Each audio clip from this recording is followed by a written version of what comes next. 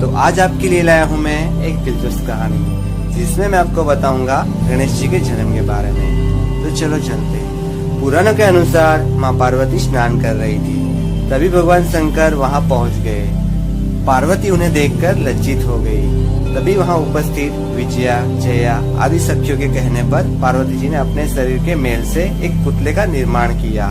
उस पुतले को माता ने पंचमहाभूत एवं प्राण डालकर परम तेजस्वी बालक का निर्माण किया। माता ने उसको वस्त्र, आभूषण, आयुध प्रदान किया और कहा, तुम मेरे पुत्र हो और तुम्हारा नाम गणेश है। ठीक उसी समय गणेश जी को आदेश दिया, जब तक मैं इस गुफा से बाहर ना निकलूं, तब तक तुम किसी को भी यहाँ अंदर नहीं आने देना। यह कहकर माता स्नान करने चली गई। तभी भगवान शिव आ गए। गणेश जी भगवान शिव से अनभिज्ञ थे। भगवान शिव प्रवेश के लिए आगे आए। तभी गणेश जी ने कहा, ठहरो, तुम मेरी माता की आज्ञा के बिना प्रवेश नहीं कर सकते। शिव जी ने कहा, मूर्ख बालक, तू मुझे नहीं जानता, तू मुझे रोकेगा? मैं पार्वती का पति शिव हूँ, चलो यहाँ से। जब शिव जी ने इतना कहा तो गणेश जी कहने लगे, मैं नहीं जानता आप कौन हो, लेकिन मैं तो बस इतना ही जानता हूँ कि मैं माता की आज्ञा के बिना आपको प्रवेश नहीं दूंगा, चाहे अब जो भी हो। तब शिव जी अपने गणों को नंदी, भृंगी, श्रृंगी, वीरभद्र आदि सबको आदेश दिया कि जाओ, तुम इस बालक को समझाओ। इसी तरह सभी ने उनको शिव जी के बारे में बताया, उनकी महिमा बताई।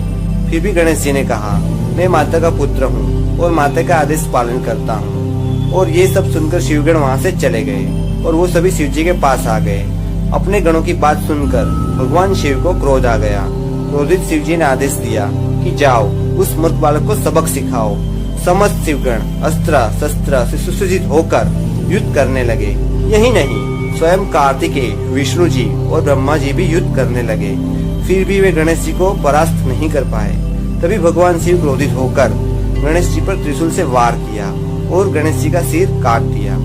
ये प्रहार इतना तेज था कि गणेश जी का सिर कई दूर पर्वतों के अंदर चला गया।